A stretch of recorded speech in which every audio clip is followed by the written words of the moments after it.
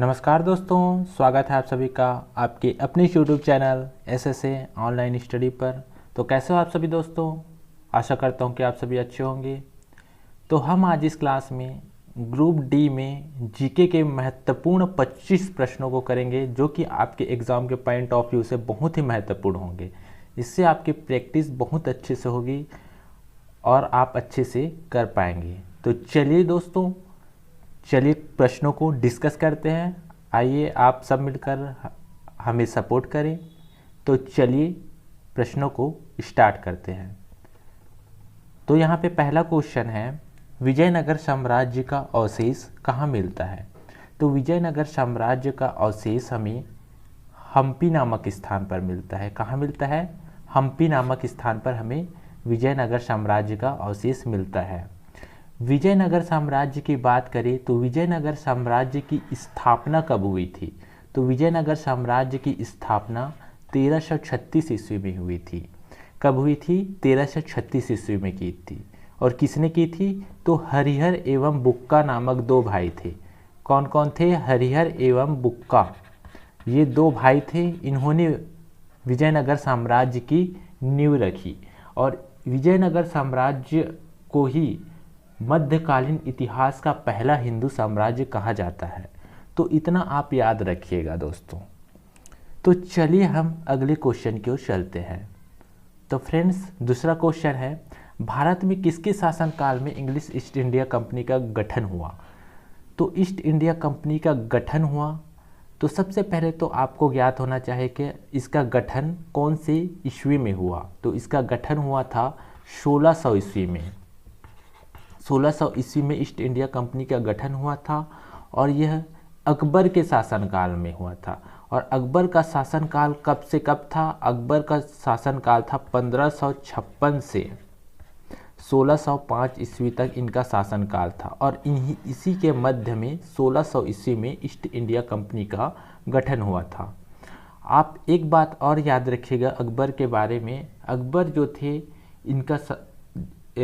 इनका काल जो था वो हिंदी साहित्य का स्वर्ण काल कहा जाता था।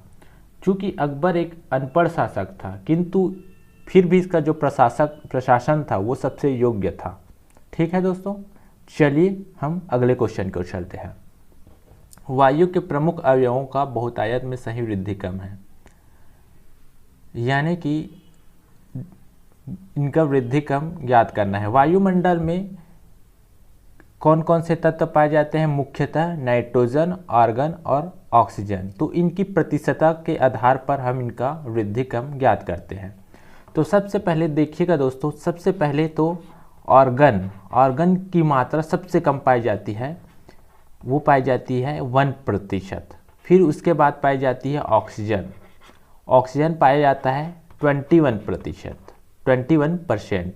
ठीक है। उसके बाद पाई जाती है नाइट्रोजन, यह पाई जाती है लगभग 78% पाई जाती है।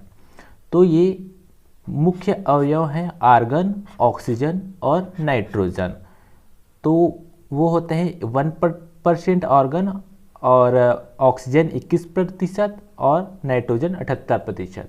तो इसका सही क्रम हो जाएगा ऑप्शन 2, इसका सही क्रम हो जाएगा। ठीक है दोस्तों, वृद्धि क्रम बोला गया है, यानी कि सबसे छोटे को पहले लिखना है। ठीक है, चलिए अगले क्वेश्चन की ओर बढ़ते हैं।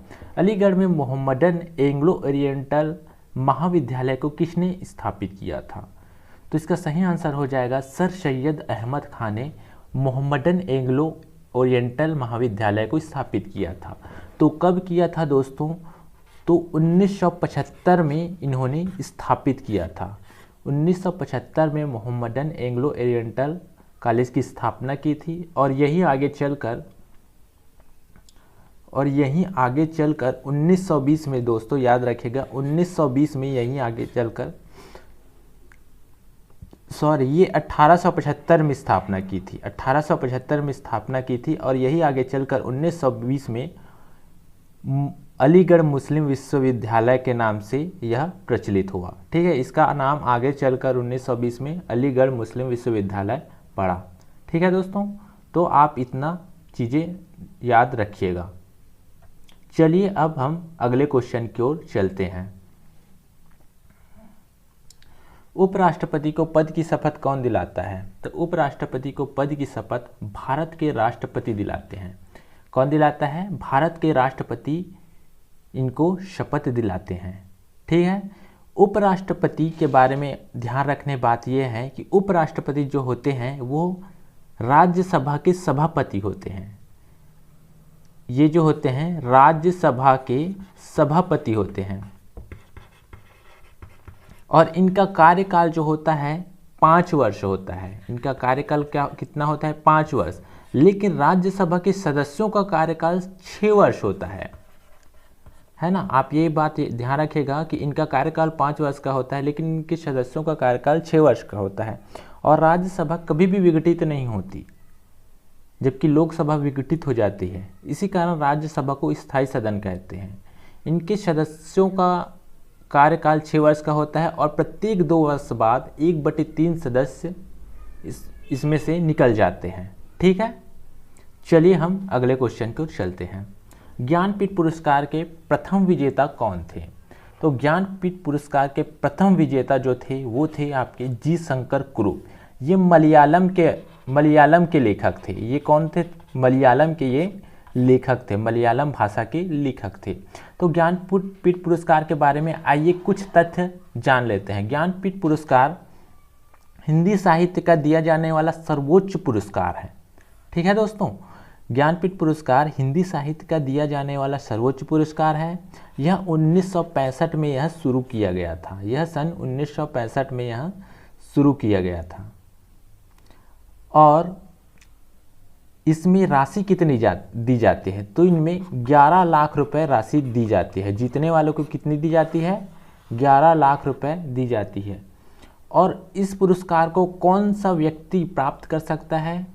तो भारतीय संविधान की 8वीं अनुसूची में जो 22 भाषाएं दी गई है, उन 22 भाषाओं में से जो किसी भी एक भाषा में लिखता हो उसको ज्ञानपीठ पुरस्कार वह पाने के योग्य है। ठीक है दोस्तों, चलिए अगले क्वेश्चन की ओर चलते हैं। भारत के संविधान में शामिल राजनीति निर्देशक सिद्धांतों की अवधारणा किस देश के संविधान से ली गई है? तो राजनीति निर्देशक सिद्धांतों की अवधारणा जो है वह ली गई है आयरलैंड से ली गई है। दोस्तों याद रखिएगा, जो राज्य के नीति निर्देशक तत्व हैं वो आयरलैंड से ली गई है। और कौन से अनुच्छेद में है राज्य के नीति निर्देशक तत्व? तो ये है 36 से अनुच्छेद 36 से 51 के बीच में 51 तक राज्य के नीति निर्देशक तत्व सम्मिलित है। आप इसको याद रखिएगा। और आप एक बात और याद रख सकते हैं कि यह भाग 4 में है, भाग 4 में है। ठीक है दोस्तों, चलिए अगले क्वेश्चन की ओर चलते हैं। विश्व की सबसे लंबी पर्वतमाला कौन सी है?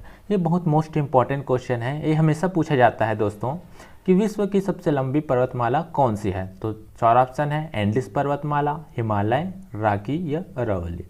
तो सही ऑप्शन हो जाएगा दोस्तों एंडीज पर्वतमाला। एंडीज पर्वतमाला विश्व की सबसे लंबी पर्वतमाला है।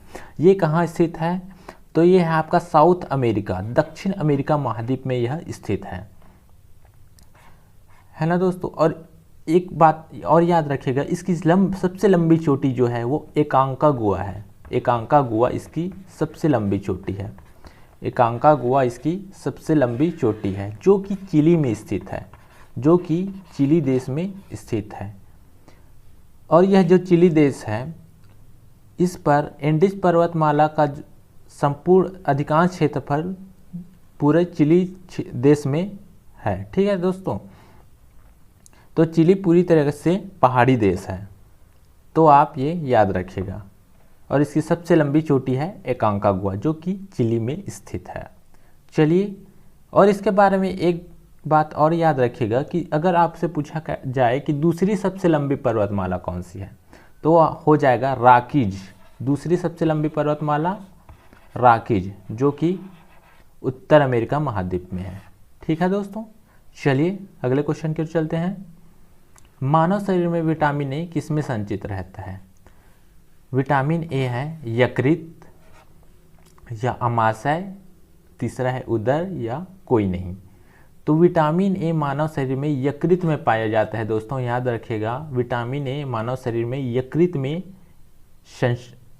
होता है। ठीक है, तो दोस्तों याद रखिएगा विटामिन ए के बारे में। विटामिन ए का रासायनिक नाम क्या है? क्वेश्चन में अगर पूछा जाए, कोई एग्जाम में अगर पूछा जाए कि विटामिन ए का रासायनिक नाम क्या है, तो इसका रासायनिक नाम है रेटिनॉल।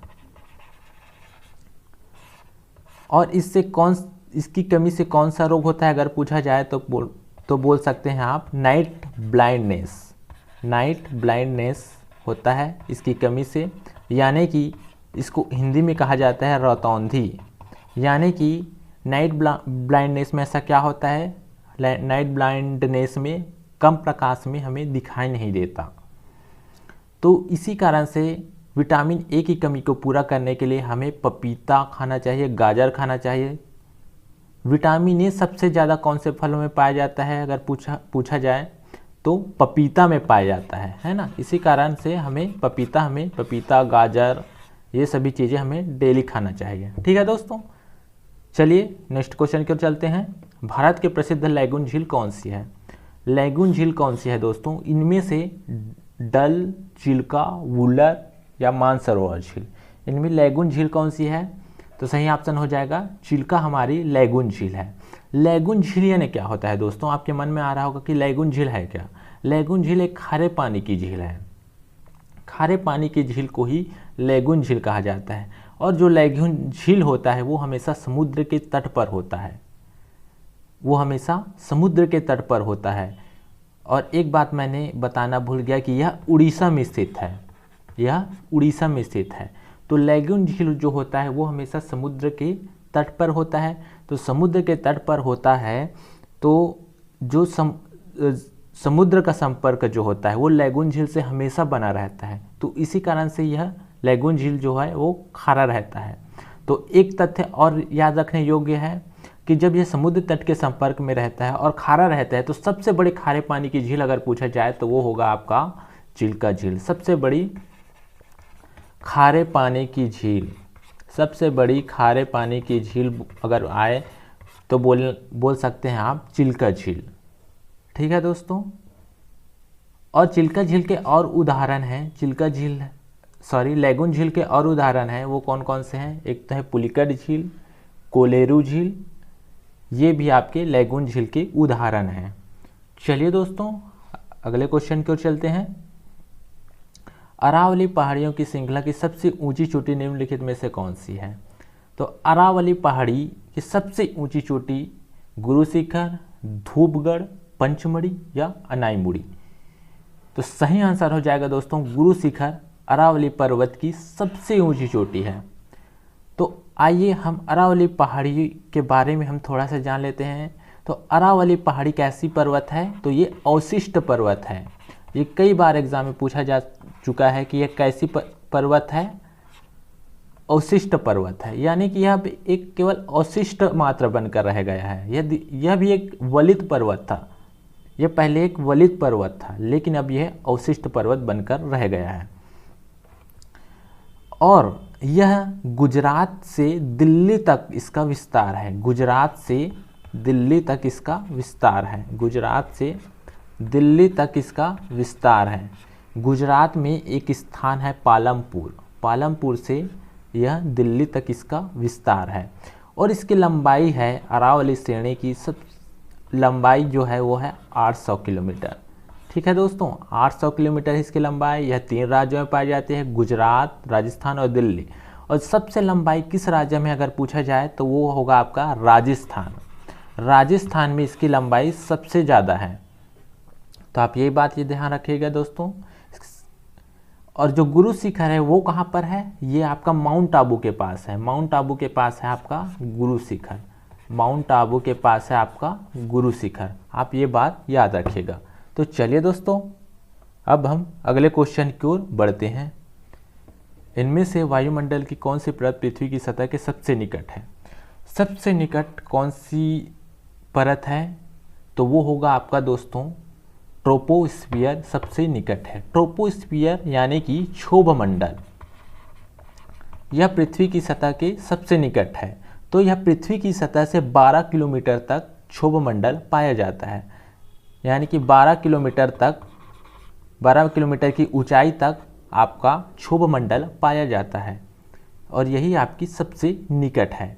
तो ट्रोपोस्फीयर के बारे में आइए थोड़ा बहुत बात जान लेते हैं। तो ट्रोपोस्फीयर जो है इसमें आंधी तूफान वर्षा होता है और इनमें 95% गैसें भी पाई जाती हैं और जल वाष्प और धूल के कण भी पाए जाते हैं। तो आप इतनी बातें याद रखिएगा। चलिए अगले क्वेश्चन की ओर चलते हैं। कौन सा युद्ध राजा अशोक द्वारा लड़ा और जीता गया आखिरी युद्ध था? तो राजा अशोक द्वारा लड़ा गया और जीता गया आखिरी जो युद्ध था वो है आपका कलिंग का युद्ध। कलिंग का युद्ध ये राजा अशोक द्वारा लड़ा गया आखिरी युद्ध था। कब लड़ा गया था? तो ये लड़ा गया था 261 ईसा पूर्व में यह लड़ा गया था। ठीक है दोस्तों, और इसके बारे में थोड़ी बहुत बात जान लेते हैं कि जब कलिंग युद्ध हो रहा था तो उस समय लगभग 1 लाख लोग मारे गए थे और 1.5 लाख लोग बंदी बना लिए गए थे। 1 लाख लोग मारे गए थे और लगभग 1.5 लाख लोग बंदी बना लिए गए थे। तो इससे क्या है, जो महाराजा अशोक हैं उनका मन द्रवित हो उठा, उनका मन पिघल गया और उन्होंने युद्ध त्यागने की घोषणा कर दी। तो राजा अशोक विश्व इतिहास के पहले और एकमात्र राजा थे जिन्होंने युद्ध जीतने के बाद युद्ध नीति का त्याग कर दिया था। तो आप ये बात याद रखिएगा। ठीक है दोस्तों, चलिए हम अब अगले क्वेश्चन की ओर चलते हैं। वायुमंडलीय दाब को मापने के लिए प्रयोग किए जाने वाले उपकरण का नाम बताइए। तो वायुमंडलीय दाब को कौन से उपकरण से मापा जाता है? ऑप्शन है अमीटर, बैरोमीटर, गैल्वानोमीटर या एनीमोमीटर। तो सही ऑप्शन हो जाएगा दोस्तों ऑप्शन 2, बैरोमीटर इसका सही आंसर हो जाएगा दोस्तों। अगर आपको दोस्तों क्लास पसंद आ रही है तो प्लीज़ लाइक कीजिए, चैनल को सब्सक्राइब कीजिए और इसे शेयर करना ना भूलिए। ठीक है दोस्तों, चलिए अगले क्वेश्चन की ओर चलते हैं। लोहे में जंग लगने के लिए किसकी आवश्यकता है? आप देखते हैं कि जब लोहा खुला में रखा रहता है, जब खुला में हम रख देते हैं तो इसमें जंग लग जाता है। जंग क्यों लगता है?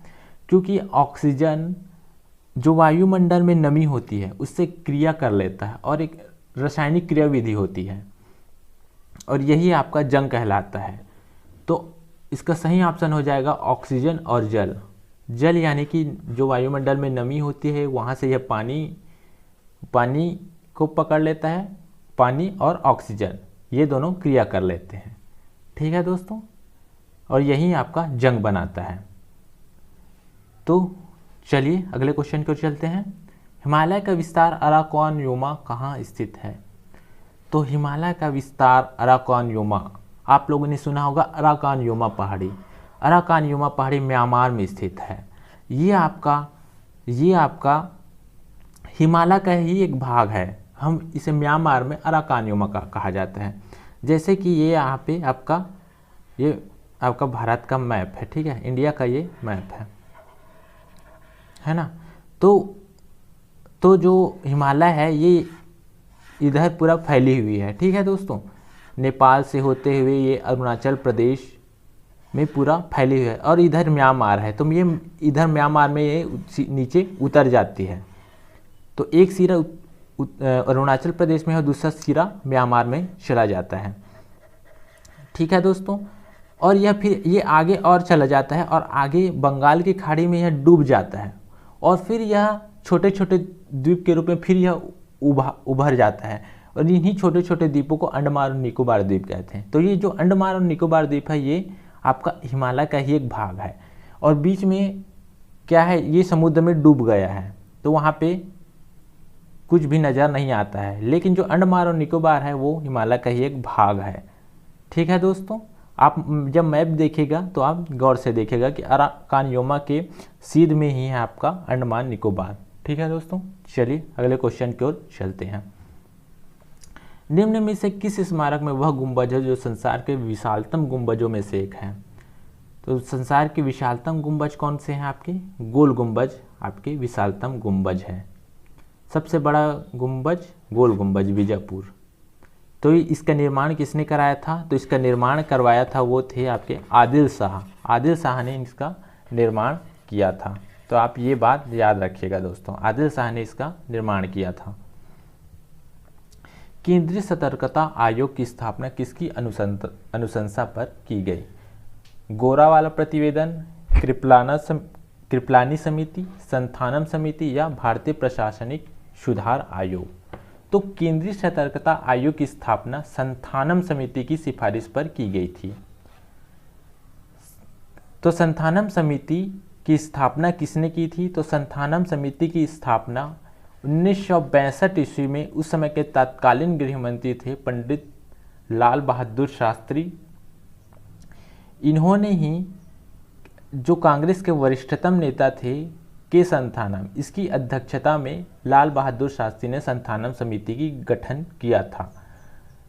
ठीक है दोस्तों, तो लाल बहादुर शास्त्री ने संथानम समिति के गठन किया था 1962 ईस्वी में। किसकी अध्यक्षता में? तो के संथानम समिति की अध्यक्षता में, जो कि कांग्रेस के वरिष्ठतम नेता थे।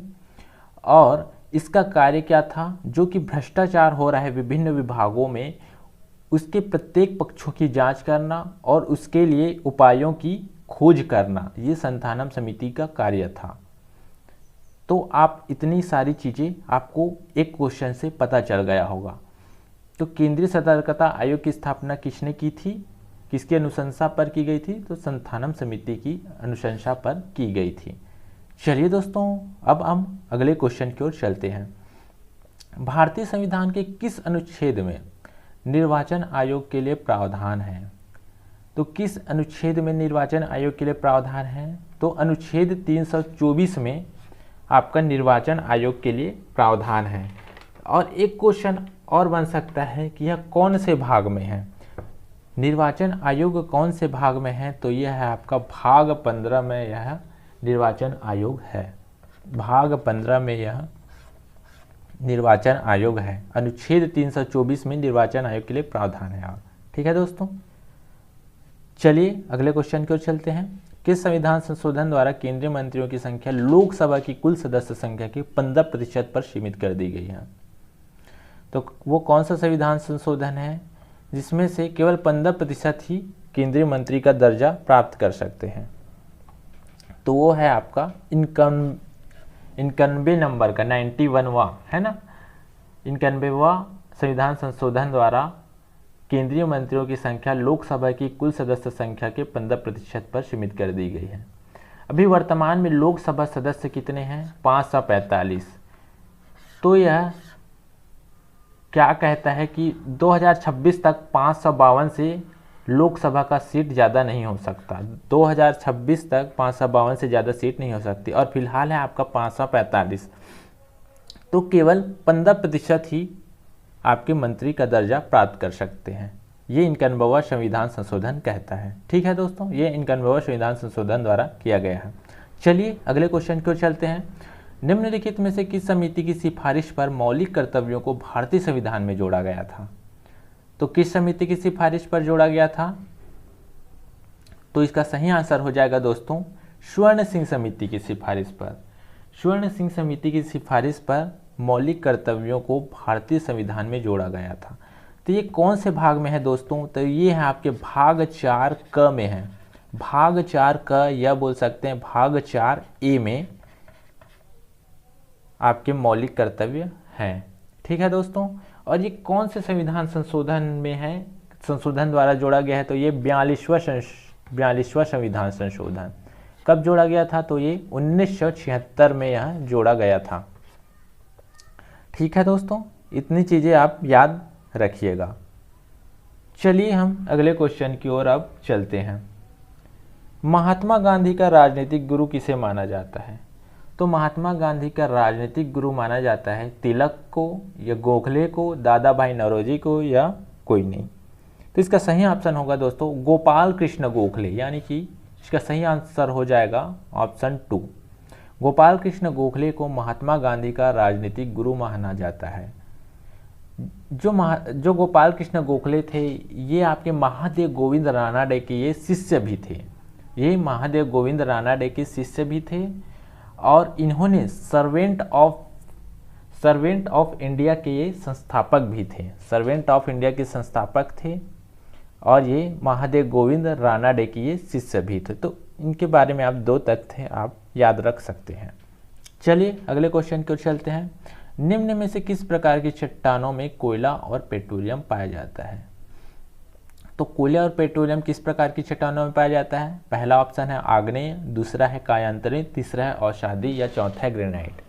तो सही आंसर हो जाएगा दोस्तों अवसादी। अवसादी चट्टानों में कोयला और पेट्रोलियम पाया जाता है। तो अवसादी चट्टानों का निर्माण कैसा होता है दोस्तों? अवसादी चट्टानों का निर्माण नदी, वायु, हिमनद इत्यादि अपघटकों से मिलकर होता है। इत्यादि जो ये अपर्दित पदार्थ हैं, जो नदी है, वायु है और हिमनद है, ये अपर्दित पदार्थ है।